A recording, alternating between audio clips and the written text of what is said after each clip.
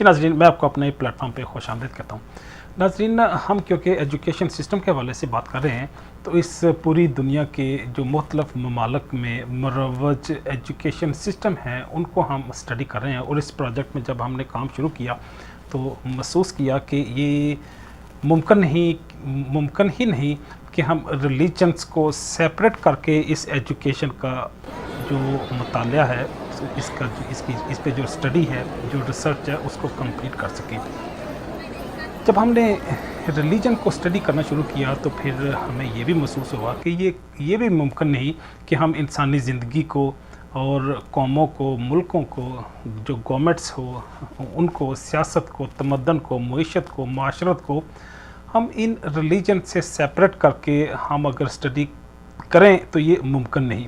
तो गोया हमें इस रिलीजन को दुनिया इंसानी ज़िंदगी के हर पहलू में हमें साथ लेके चलना है, तभी हम कोई एक इसकी मखसूस पिक्चर अपने ज़हन के अंदर तख्लीक कर सकते हैं। तो इस पे काम करते करते हमने फिर जब हिंदुइज़्म के एजुकेशन सिस्टम पे काम किया तो फिर हमने महसूस किया कि इसका थोड़ा सा तारफ़ भी आपके सामने पेश करना चाहिए, ताकि इस आपके लिए इस पूरे हिंदुत्व के सिस्टम को, हिंदुइज़्म की फ़िलासफ़ी को अंडरस्टैंड करना आसान हो।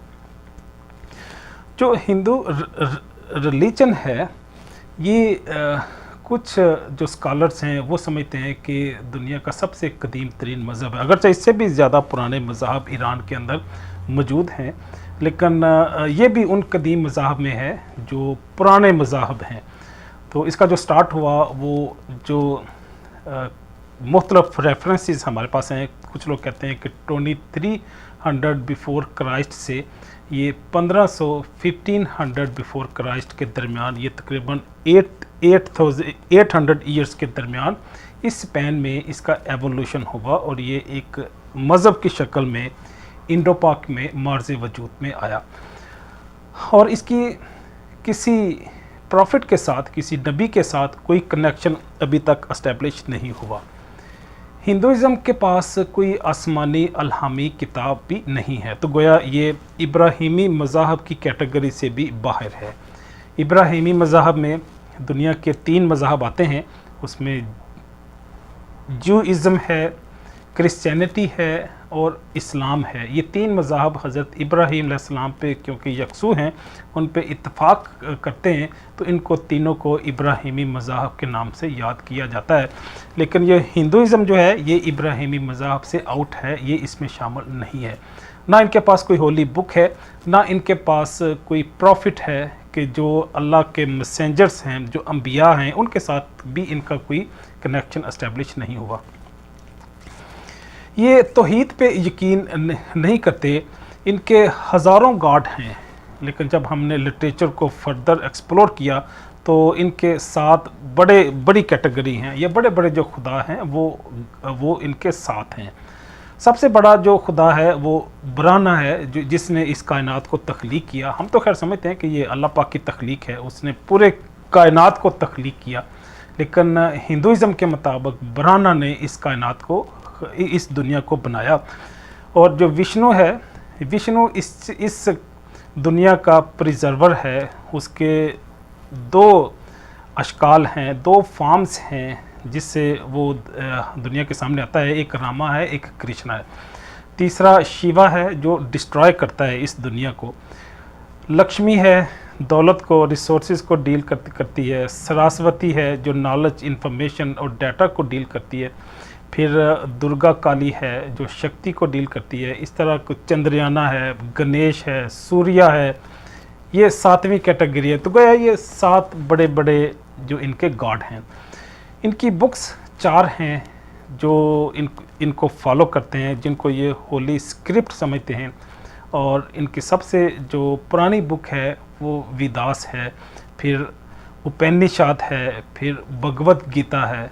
चौथी जो किताब है वो रामायण है और महाभारत है। ये दोनों जो इसकी पार्ट्स हैं वो एक ही बुक कंसिडर होती है, रामायण और महाभारत।